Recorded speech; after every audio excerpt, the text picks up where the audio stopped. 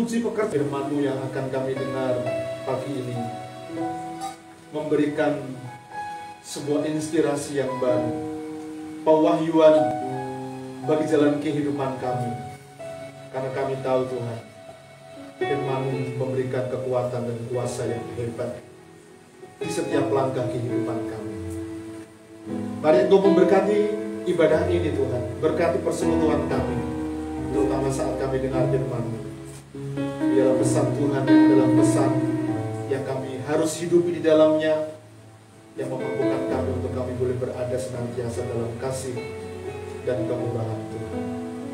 Pengurapan yang baru atas hamba-Mu dan mengurapi kami semua yang mendengar, seluruh umat Tuhan, jemaat LBC yang Engkau kasihi, kami yang ada di rumah ibadah ini ataupun kami yang ada di rumah kami masing-masing.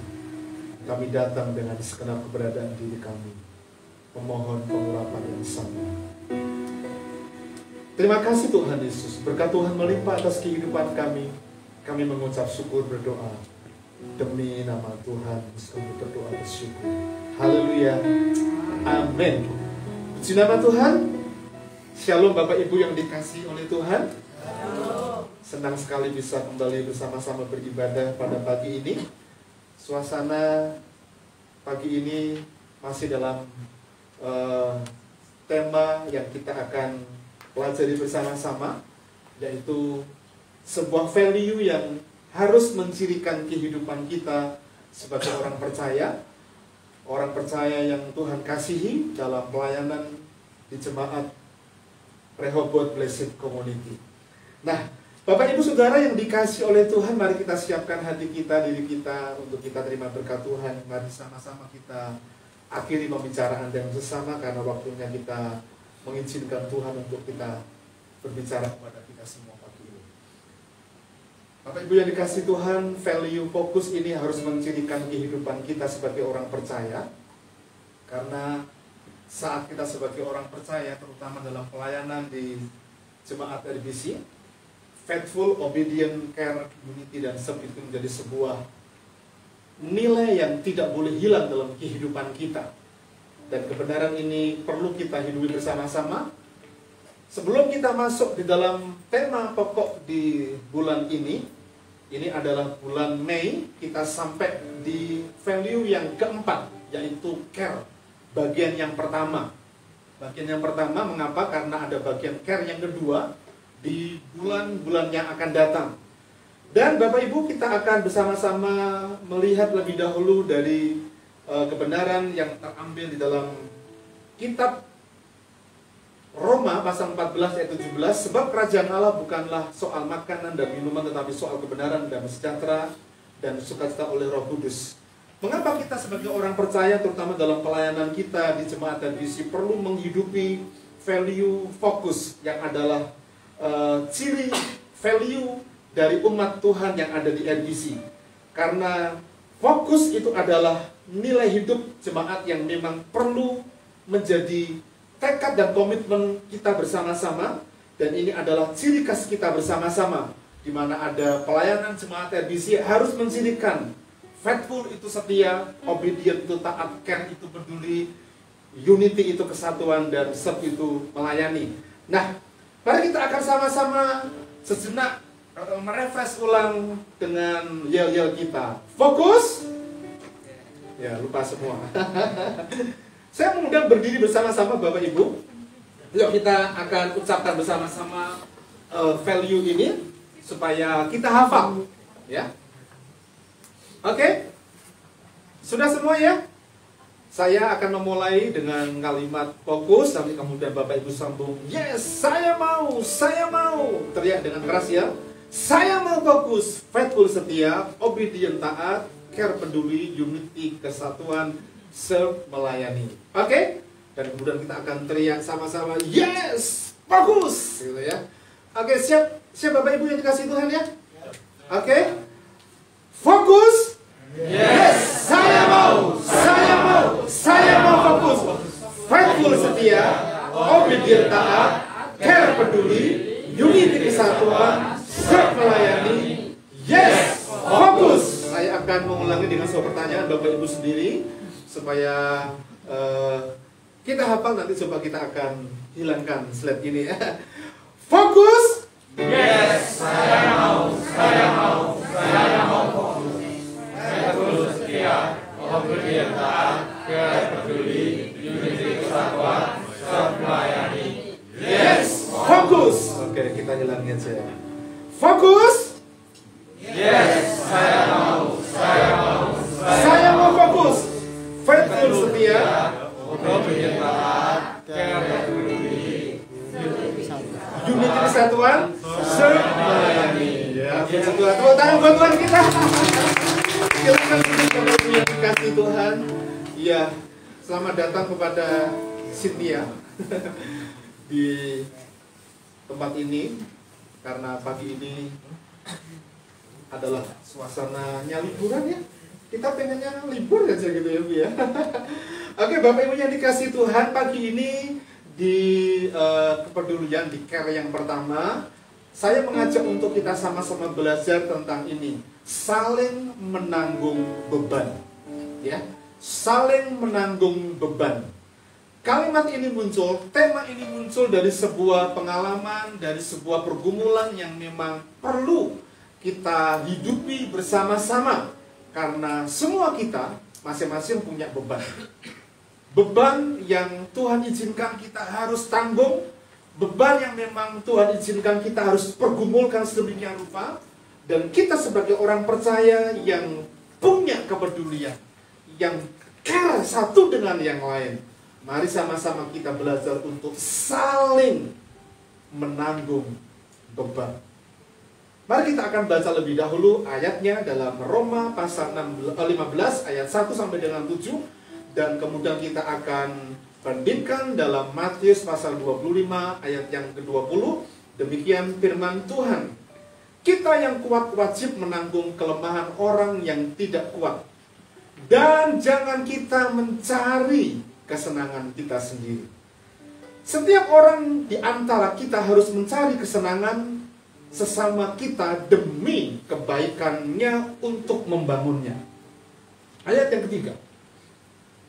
Karena Kristus juga tidak mencari kesenangannya sendiri, tetapi seperti ada tertulis kata-kata cercaan mereka yang mencerca engkau telah mengenai aku.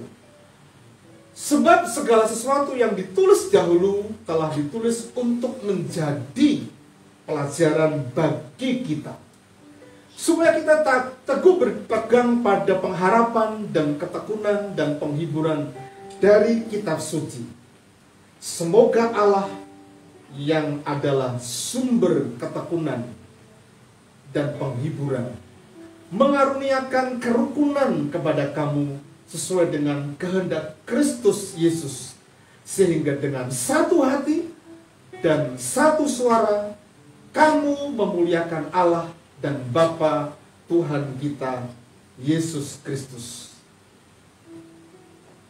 Sebab itu terimalah satu akan yang lain, sama seperti Kristus juga telah menerima kita untuk kemuliaannya. Matius 25 ayat 40. Dan raja itu akan menjawab mereka, aku berkata kepadamu, sesungguhnya segala sesuatu yang kamu lakukan untuk salah seorang dari saudaraku yang paling hina ini, kamu telah melakukannya untuk aku. Bapak Ibu Saudara yang dikasihi oleh Tuhan, kalau berbicara tentang kepedulian, care, maka sebetulnya itu merupakan sebuah komitmen tekad bersama-sama, karena memang manusia, kita semua diciptakan untuk saling berhubungan satu dengan yang lain. Jadi kepedulian, care, itu adalah berbicara tentang diri kita dengan orang lain, yang sama-sama adalah ciptaan Tuhan. Saya mengutip dari Kamus Besar Bahasa Indonesia tentang arti kepedulian. Kepedulian itu adalah ini. Yang pertama, perihal sangat peduli. Yang kedua, sikap mengindahkan atau memperhatikan. Dan yang ketiga adalah memiliki jiwa sosial. Ini Kamus Besar Bahasa Indonesia. Dan kalau kita terjemahkan dalam kehidupan kita sebagai orang percaya, sebetulnya ini alkitabiah banget. Karena apa? Orang percaya harus punya kepedulian. Orang percaya harus saling memperhatikan satu dengan yang lain. Bahkan dari visi yang Tuhan taruh dalam kehidupan kita bersama-sama, terutama dalam pelayanan kita di RBC, yang menjadi gereja yang menghadirkan kerajaan Allah. Ini yang ketiga yang kita sebut sebagai gereja orang percaya yang memiliki kehidupan sosial. Jiwa sosial itu harus melekat dalam kehidupan kita. Karena itu kepedulian, value ini tidak boleh hilang dalam kehidupan kita sebagai orang percaya, khususnya dalam pengiringan kita kepada Tuhan sebagai anggota jemaat RBC. Kasih karunia dan anugerah Tuhan yang dilimpahkan dalam kehidupan kita. Kemanapun kita berada, kita harus menunjukkan value itu. Oh, ini loh jemaat RBC punya kepedulian satu dengan yang lain. Dan itu dapat kita ejawantakan dalam kehidupan kita sehari-hari dengan cara apa? Saling menanggung beban. Ada pepatah bahasa Indonesia yang mengatakan berat sama dipikul, ringan sama dijinjing.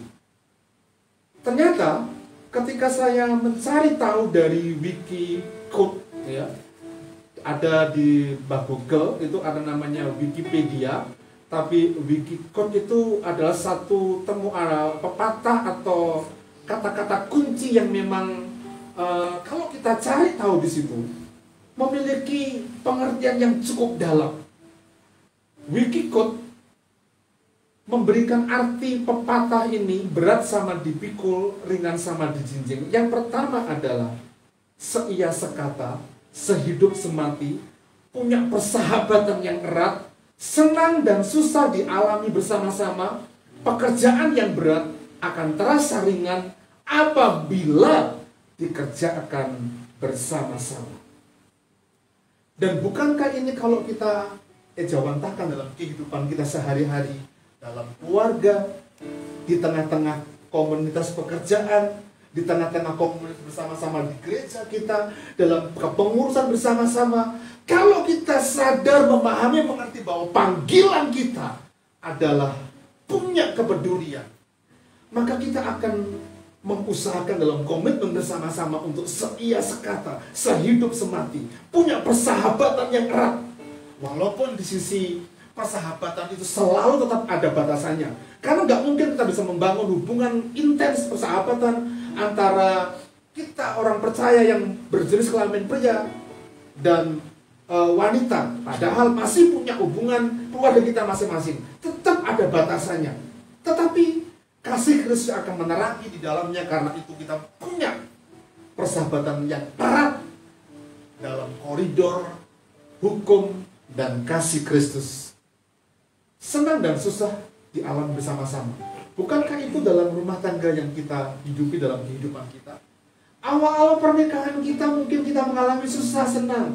Tapi hari ini karena kita diberkati Tuhan dengan kelimpahan, kita nggak mengalami susah, tapi kita mengalami senang. Dalam senang itu juga kadang-kadang kita diperhadapkan pada pergumulan susah, gitu. Susah, tetapi dialami bersama-sama, kita tanggung bersama-sama, dan ternyata itu yang memang kita perlu hadirkan dalam kehidupan kita sebagai orang percaya dalam rangka mewujudkan value ini. Tapi saya akan membawa kepada saudara, Bapak Ibu, memunculkan satu persoalan yang itu berbenturan dengan panggilan kita sebagai orang percaya. Gereja bukan hanya gedung, tapi orang percaya.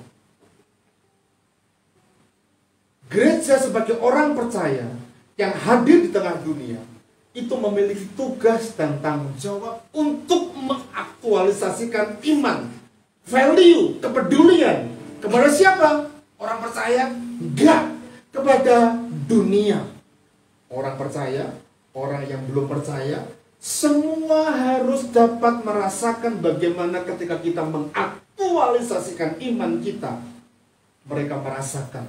Dan gereja harus larut, sama seperti dunia yang memang sedang berada dalam arus yang memang kita ikuti di dalamnya, tapi nggak ada pengaruh kepada kita, dan kita nggak bisa terpengaruh dengan dunia, dan kita memberikan sebuah dampak yang besar sehingga dunia, mereka yang belum percaya, dapat merasakan ketika kita dapat mengaktualisasikan keyakinan kita dan iman kita. Kekristenan harus dapat dirasakan oleh semua orang dengan cara larut dalam gerak dan langkah mengembangkan hidup yang memuliakan Tuhan. Persoalannya, gereja, orang percaya sekarang ini kehilangan esensi kekristenannya. Mengapa? Ada banyak orang-orang Kristen yang tidak lagi dapat mengaktualisasikan iman percayanya di tengah-tengah dunia, bahkan cenderung ikut arus dunia tanpa memedulikan tanggung jawabnya sebagai orang percaya. Ingat, esensi kekristenan dipanggil keluar jadi berkat. Esensi kekristenan dipanggil keluar menjadi berkat. Kepada siapa? Kepada semua orang. Kepada mereka yang seiman dengan kita, kepada mereka yang belum percaya. Dan kekristenan gak boleh hilang kekuatan esensi yang memang menjadi tekad dan komitmen kita bersama-sama dalam pengiringan kita kepada Tuhan. Ini persoalan yang pertama. Persoalan yang kedua, gereja secara gedung sebagai ajang dalam tanda petik bisnis atau show Yesus, karena hanya menggembukkan diri sendiri dan lupa esensi bahwa hadirnya di gereja di tengah dunia itu untuk membagi berkat dapat dirasakan di tengah dunia. Bapak Ibu, dalam pergumulan bersama-sama dalam pelayanan kita di RBC, mari kita pikirkan baik-baik. Kita perlu membangun gedung gereja sebagai base camp kita untuk bergerak di segala penjuru dunia. Di bisnis, di usaha, di pekerjaan, di kesehatan, di pendidikan. Itu kesempatan yang banyak untuk kita sampaikan berita itu kepada mereka yang belum kenal. Supaya apa? Kita gak kehilangan esensi gereja. Kita gak kehilangan esensi kekristenan kita dalam kehidupan kita. Karena itu kalau Tuhan izinkan nanti kita bangun gereja, saya berharap kita bisa menangkap hal ini. Jangan bikin gereja sampai berbentuk mega church. Kalau dikasih kesempatan Tuhan, it's okay. Tapi saya berdoa supaya kita memikirkan lebih banyak kita jangkau dunia. Jangkau, kita habiskan uang kita, dalam tanda petik. Untuk apa? Untuk mereka yang belum percaya, untuk daerah-daerah yang perlu kita adopsi. Supaya apa? Kita gak kehilangan esensi kekristenan kita. Karena kalau kita mau jujur, gereja hari-hari ini sedang memikirkan hanya untuk menggembukkan diri sendiri. Bahkan yang paling ironis adalah ada pejabat-pejabat gerejawi yang fokusnya hanya mamon, uang. Kalau ada pejabat gereja, gembala jemaat, pengurus gereja, majelis yang menggembukkan gerejanya, bisnis di dalamnya, dan itu tujuannya hanya untuk mamon, berarti sedang membawa jemaatnya bukan kepada Tuhan, tapi kepada mamon. Apakah salah aliran kemakmuran? Tidak. Tapi kalau kemakmuran itu hanya tujuan dari kekristenan, itu yang jadi persoalan. Kalau jemaat RBC tidak boleh punya paradigma mindset yang seperti itu. Kalau ada berkat lebih, kita nikmati bersama-sama, seia sekata, persahabatannya sejati, dapat menanggung satu dengan yang lain, sehingga kita bisa bersama-sama melayani Tuhan dalam pelayanan kita bersama-sama. Ingat loh, saya selalu membawa kepada Bapak Ibu Saudara untuk kita menghadirkan kerajaan Allah di semua lini kehidupan kita. Saya sebagai rohaniwan mungkin hanya bisa membekali. Untuk terjun langsung di dunia bisnis, saya mungkin tidak bisa bersentuhan dengan mereka yang belum percaya. Tapi kalau pembekalan itu telah kita dapatkan, maka kita bisa larut menghadirkan Kristus di tengah-tengah bisnis kita, di tengah-tengah pendidikan. Kalau kita sebagai seorang guru, kalau kita sebagai seorang dosen, bahkan di semua lini kehidupan kita, kita dapat menghadirkan Kristus. Dan itu adalah esensi kekristenan, itu adalah esensi gereja. Karena gereja hadir untuk mereka yang belum percaya, untuk mereka yang terhilang. Kita harus tangkap betul-betul ini Bapak Ibu. Dan tema saling menanggung beban, ini sebuah harapan yang perlu kita hidupi dalam kehidupan kita sebagai orang percaya. Kalau bicara beban, semua kita punya beban, pergumulan. Cuman intensitasnya mungkin yang berbeda. Ada orang-orang yang memang dalam tanda petik itu sengaja membuat bebannya itu berat. Karena salah memanage keuangan, salah memanage usaha, salah memanage macam-macam. Sehingga nampaknya dia harus berjalan bersiap-siap. Tapi sementara ada teman-teman yang lain yang kencang larinya oleh karena nggak ada beban. Awal pernikahan saya maksud saya anti dengan yang namanya hutang. Hampir tidak pernah saya berhutang. Karena bagi saya hutang harus mengembalikan. Tapi hari ini, kalau saya bisa diizinkan punya rumah, itu juga karena saya berani hutang-hutang. Lu Pak kok berbenturan kemarin tadi bilang nggak punya hutang. Iya. Tapi itu beban, itu persoalan. Coba kalau saya teruskan, saya nggak punya rumah. Betul ya Pak Danan ya? Kita nggak punya bisnis yang baik. Asal kita memberi dengan baik. Untuk dalam hutang, ini nanti ada sesi khusus tentang borrowing. Khotbah itu. Saya nggak membahas. Hanya saya akan membawa kepada saudara. Mungkin dulu ketika nggak ada hutang, nggak ada beban. Nggak ada beban sama sekali. Tapi ketika kemudian bertambahnya waktu, tatan semakin besar, harus punya rumah. Ya bayangkan saya itu jadi kontraktor bro, 9 tahun. Ya, kontraktor 9 tahun dan 3 tahun nggak jadi kontraktor karena harus bayar kontrak sendiri gitu. Ya. Nah Bapak Ibu saudara dikasih Tuhan, mari kita belajar.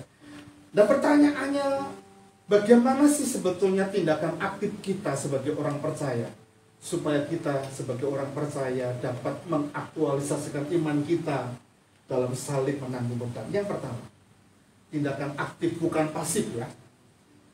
Kalau pasif itu diam, mendoakan biar orang lain yang bergerak. Oke, enggak persoalan. Tapi orang percaya panggilan kita itu adalah tindakannya itu aktif dalam saling menanggung beban. Yang pertama, gereja Tuhan, orang percaya tidak boleh kehilangan esensi gereja sebagai orang percaya yang hadir di tengah dunia. Mari coba perhatikan ayat ini.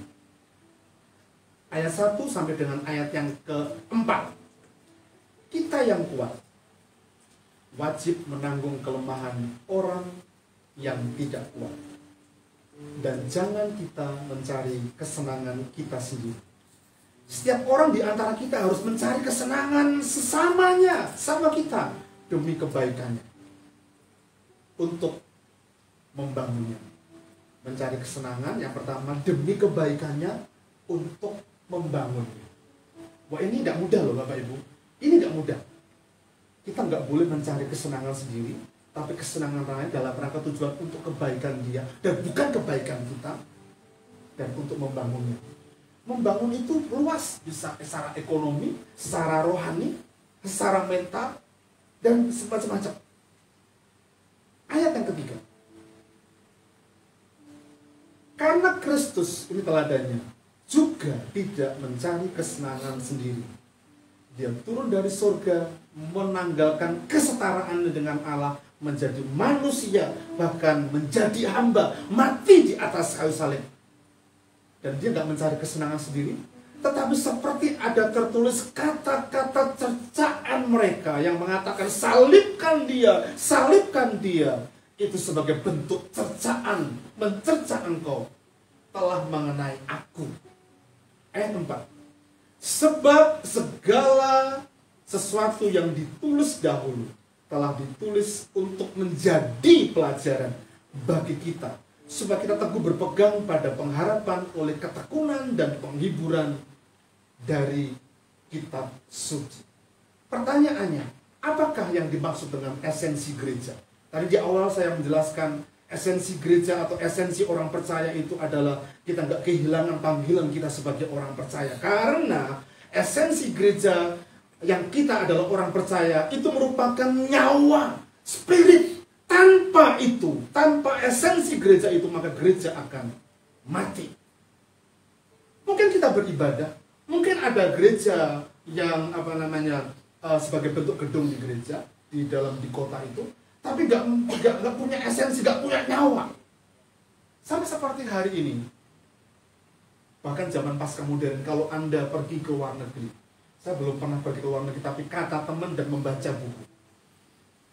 Ketika di luar negeri, ada banyak gereja-gereja yang kosong, tidak ada anak-anak mudanya, yang ada kaum manula, kaum lansia yang sudah cerdak kubur, baru sadar.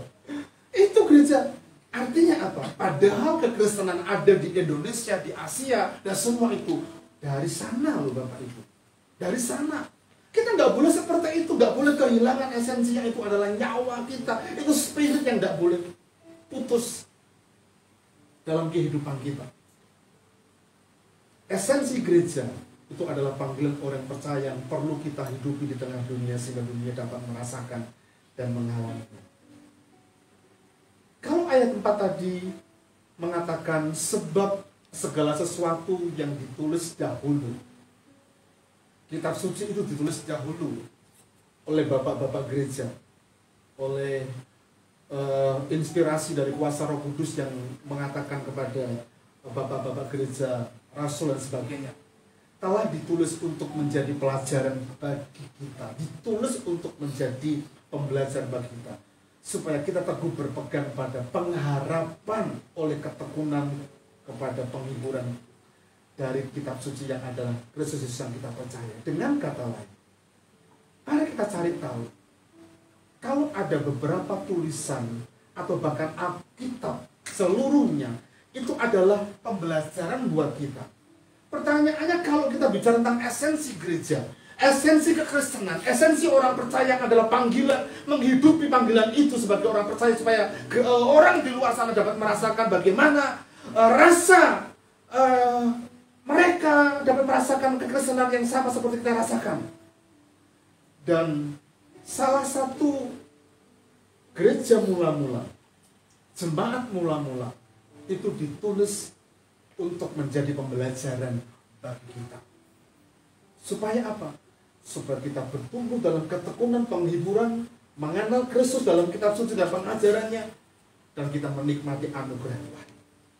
Di dalamnya kita nggak kehilangan esensi sebagai orang percaya. Kita nggak kehilangan nyawa, kita nggak kehilangan spirit lagi, tapi kita semangat untuk membagi Kristus itu kepada dunia.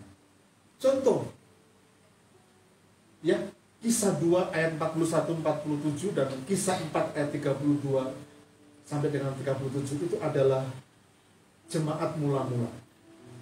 Jemaat mula-mula, kalau Anda baca dalam 2 perikop ini, kita akan termangu-mangu, kita akan terheran-heran, kok bisa ya?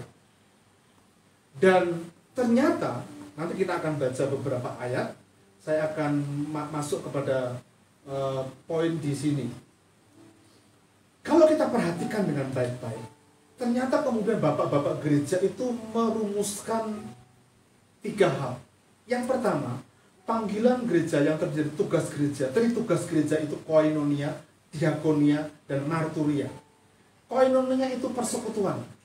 Persekutuan seperti ini, ibadah kita di situ hadirnya Tuhan. Diakonia itu melayani, itu pelayanan. Dan yang sering kali esensi gereja itu nggak lakukan, tapi jemaat mula-mula bukan hanya persekutuan, melayani, tapi mereka juga menyelamatkan. Ada marturia, menjadi saksi. Dan itu diwujudkan dengan apa? Kepedulian, saling berbagi, saling menanggung beban. Bahkan ada banyak di antara jemaat mula-mula, salah satunya adalah Barnabas, yang menjual harta miliknya, tanahnya, untuk diberikan kepada pekerjaan Tuhan. Setelah itu dia melayani. Tapi ada contoh yang lain yang menjadi sebuah kejutan gereja pada waktu itu adalah Ananias dan Safira. Mereka sama pengen mempersembahkan itu, tujuannya baik, tapi di hatinya sebetulnya dia punya hak, mau dikasihkan semua atau separuh, dia punya hak. Tapi hatinya itu yang dari awal kalau boleh Jawa bilang, sehingga dikasihkan separuh. Akibatnya apa? Dihukum oleh Tuhan. Tapi saya membaca, mewujudkannya di situ, Bapak Ibu, di situ ada kepedulian, saling berbagi. Bahkan Alkitab mengatakan bahwa kepunyaan mereka itu adalah kepunyaan bersama, yang oleh kelompok lain itu diterjemahkan melenceng.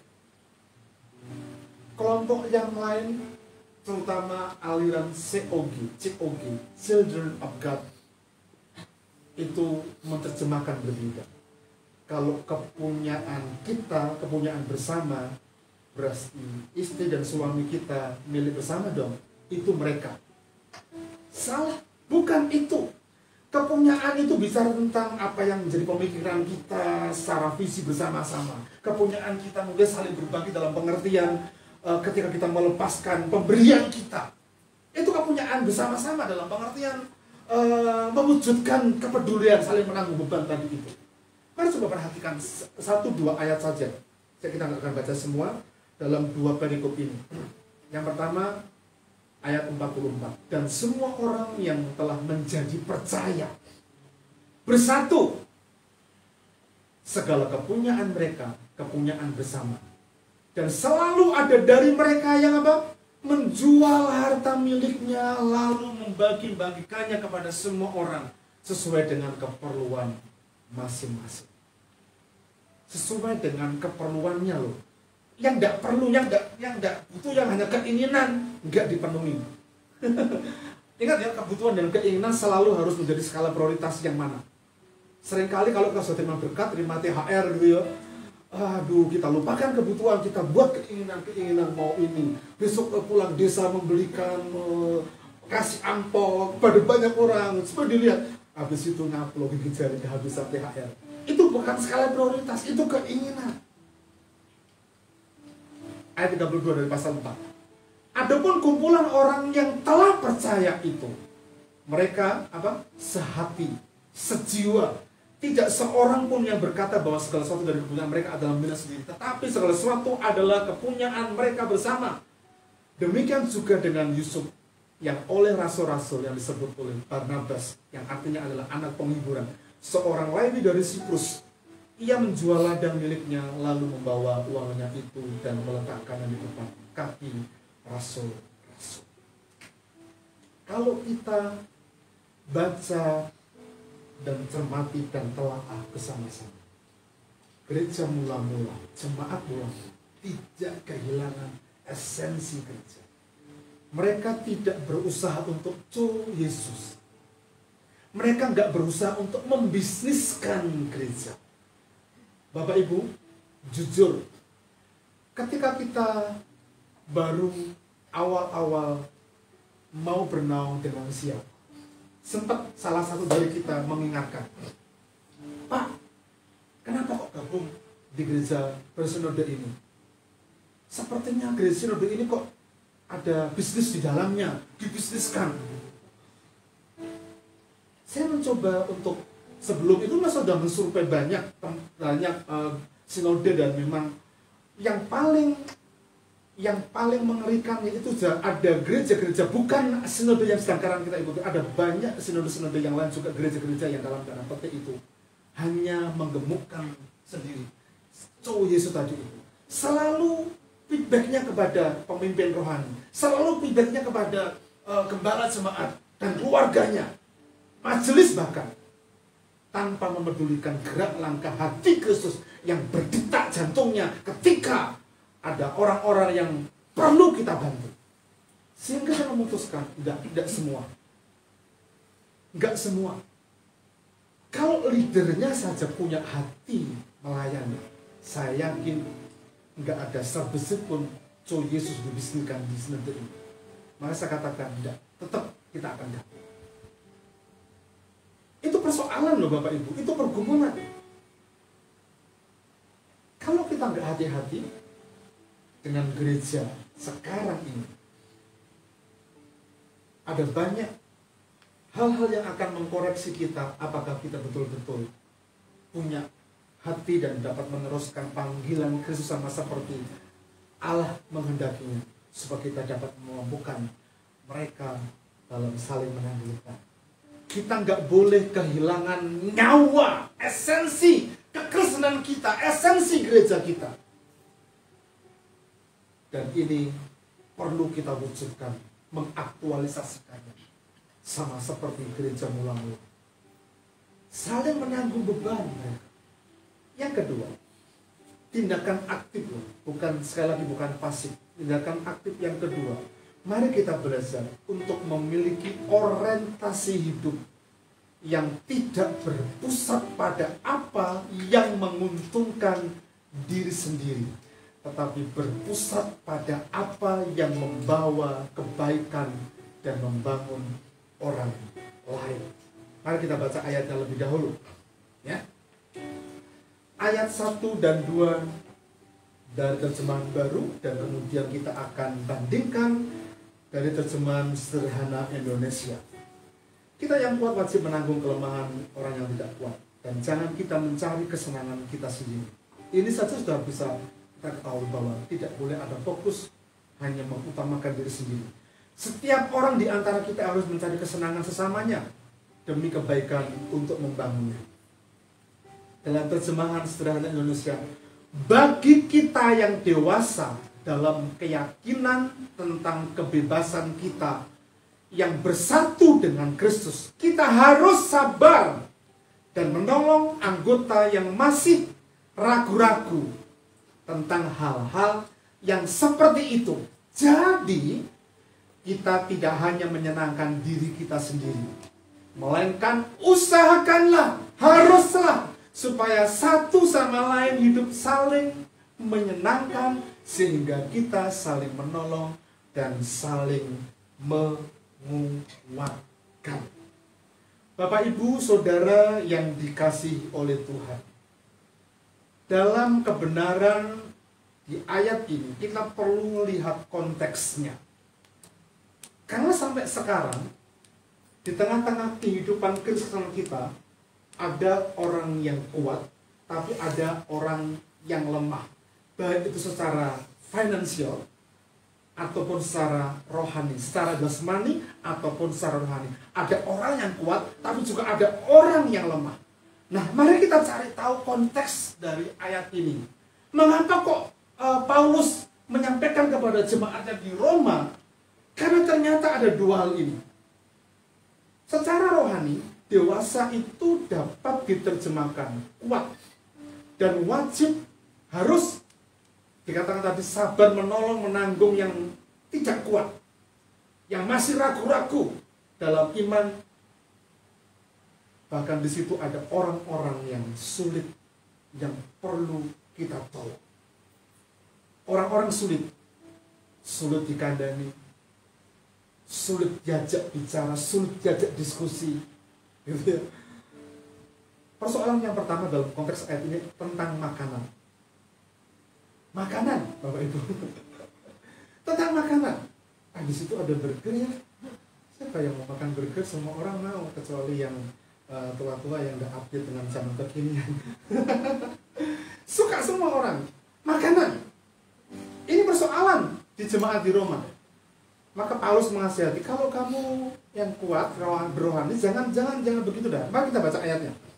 Ayatnya Roma 14 ayat 1-3. Perhatikan baik-baik. Terimalah orang yang lemah imannya tanpa mempercakapkannya.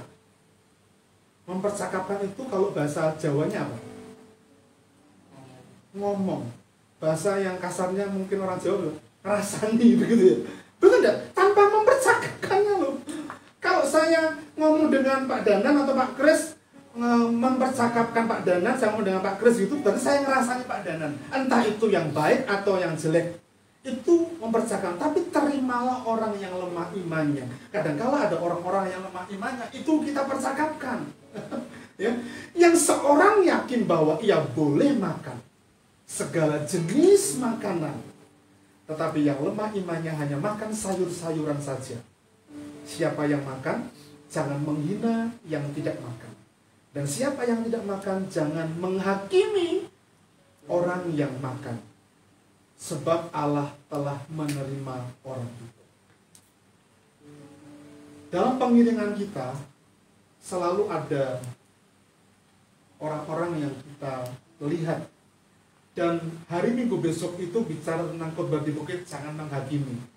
Jangan memberi penilaian. Jangan membedakan. Nah, kok sama konteks dengan apa yang saya sampaikan pada pagi ini. Ini tentang makanan. Ada orang-orang di Roma yang nggak peduli dengan orang lain. Aku berohani, aku makan makanan yang sudah dipersembahkan kepada Allah, it's okay, tidak persoalan. Tapi bagi orang Kristen yang baru dijelaskan oleh Paulus, yang baru dimotivasi supaya nggak makan makanan yang sudah dipersembahkan pada persembahan berhala, ternyata melihat mereka disakiti nggak? Pasti disakiti. Jadi seandainya ada orang yang baru di tengah-tengah kita, dari kelompok yang nggak makan babi misalnya, kita nggak serta-merta kemudian pamit dan kita makan babi, apalagi beli babi dan kita bagi-bagi gitu. Karena selalu ada orang-orang yang akan mempercakapkannya. Mereka siapa? Orang-orang yang lemah.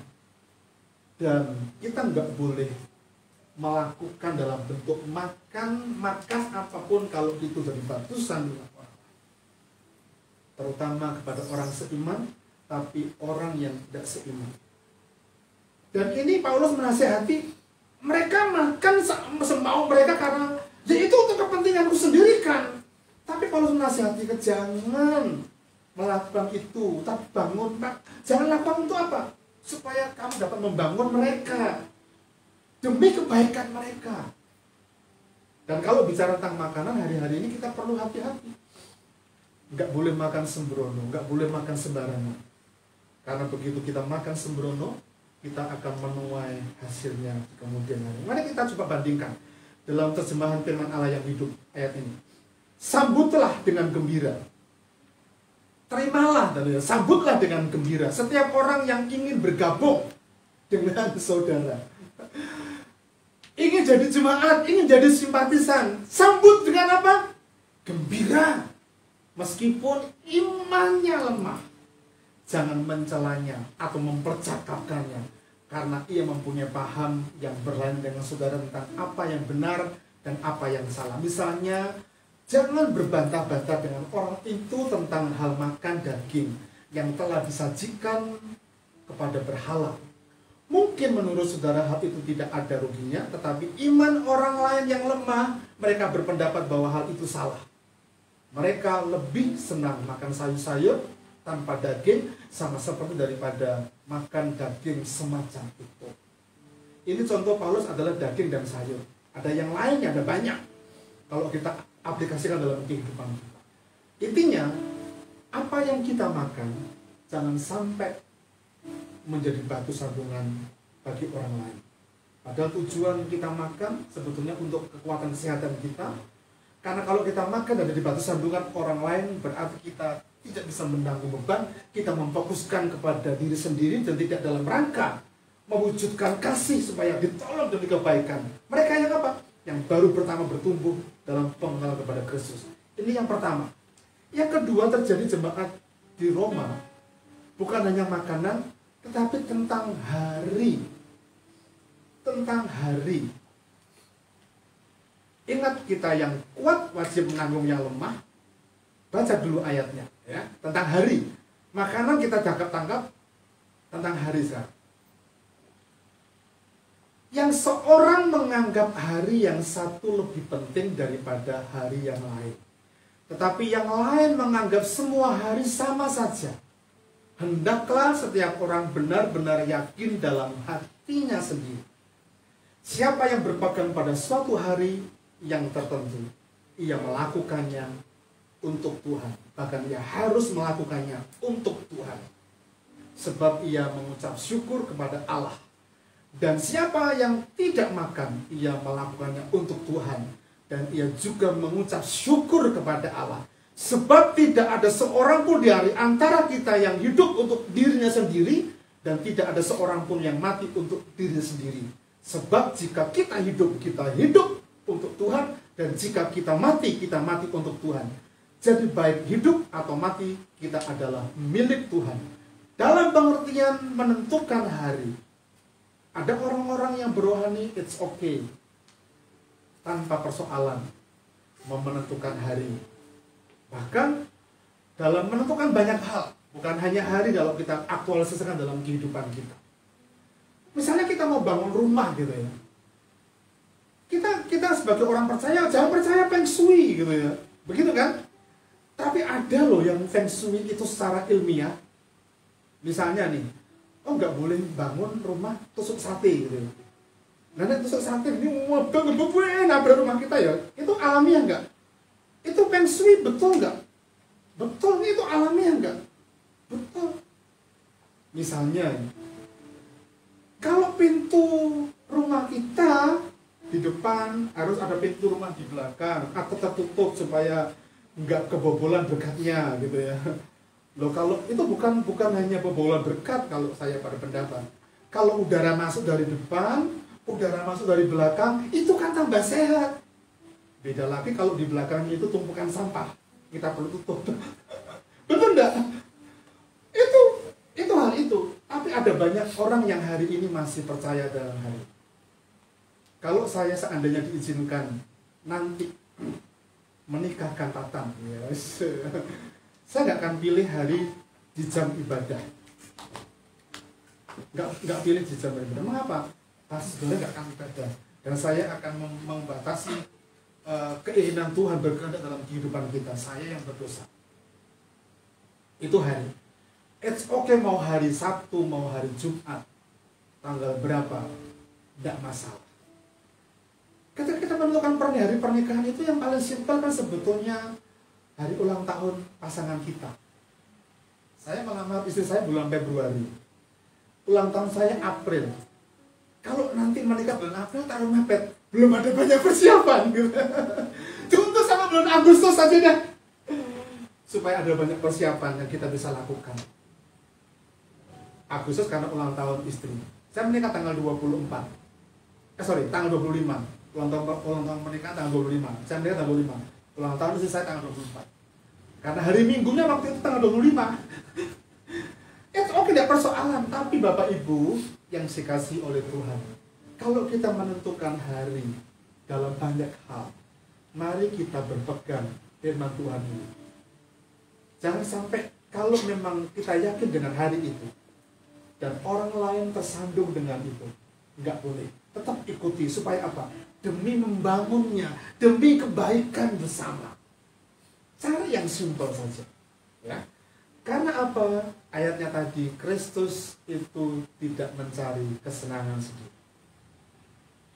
Kalimat yang datang kepada Kristus, kata-kata yang mencerca mereka, itu mencerca engkau, mengenai aku. Bapak Ibu Saudara yang dikasihi Tuhan, yang terakhir tindakan aktif yang ketiga dalam hal saling menanggung. Mari kita belajar untuk ini, saling dan rela untuk menerima yang lain dengan kelebihan dan kekurangan. Ayat 7. Sebab itu terimalah satu akan yang lain, sama seperti Kristus juga telah menerima kita untuk kemuliaan. Kita diterima Kristus tanpa syarat. Apapun syaratnya, tidak pernah Kristus tanyakan. Kamu tak terima ya karena kamu kaya. Kamu tak terima ya kamu cantik, karena kamu ganteng, karena kamu macam-macam. Tidak. Bahkan dalam keberdosaan kita sebagai manusia, yang harusnya kita kehilangan kasih karunia itu, tapi Kristus mau datang memberikan semuanya untuk kita. Karena itu yang percaya kepadanya, dia akan memperoleh keselamatan, tidak binasa tapi memperoleh kehidupan yang kekal. Sama seperti Kristus menerima kita, mari kita belajar untuk rela menerima satu dengan yang lain dengan kelebihan dan kekurangan. Kelebihan wanita itu banyak ngomong, ya kita harus akui. Tapi apakah itu kita tolak? Kalau itu jadi istri kita, nggak mungkin dong. Karena kelebihan dalam hal triwisnya istri kita itu dalam rangka untuk kebaikan. Terima saja. Kalau bicara kekurangan, banyak. Bahkan dalam komunitas kita pun, kalau kita mau cari kelebihan, kekurangannya banyak sekali. Dan itu kata firman Tuhan, jangan sekali-kali mempercakapkan. Ketika kita berusaha mempercakapkan, jangan bilang-bilang ya. Kita sedang ngomong berarti kita sedang mempercakapkan. Apalagi kalau kita dengan pandai, dengan jari-jari kita ngomong apa saja di tengah-tengah dunia maya yang sejagat raya bisa baca di story kita, di status kita. Kalau isinya cuma hiburan gitu ya, seperti Tirsa itu sekarang kan di WA-nya, di Instagramnya itu kan hanya hiburan begitu, supaya dilihat nggak persoalan. Tapi kadang-kala ada orang-orang yang kita sedang bicarakan dan kita ngomong dengan itu. Akibatnya tadi itu mempercakapkan. Kita nggak bisa terima orang lain dengan kekurangan dan kelebihannya. Mari kita belajar untuk rela. Orang yang saling menanggung dalam beban itu adalah rela. Rela itu apa sih? Ikhlas. Ya, rela itu bicara tentang bersedia menerima dengan ikhlas, senang hati, tanpa pamrih. Dan ini nggak mudah. Jika Kristus memerintahkan kita untuk saling menerima satu dengan yang lain, mengapa kita sulit untuk menerima satu dengan yang lain dengan ikhlas dan tanpa pamrih?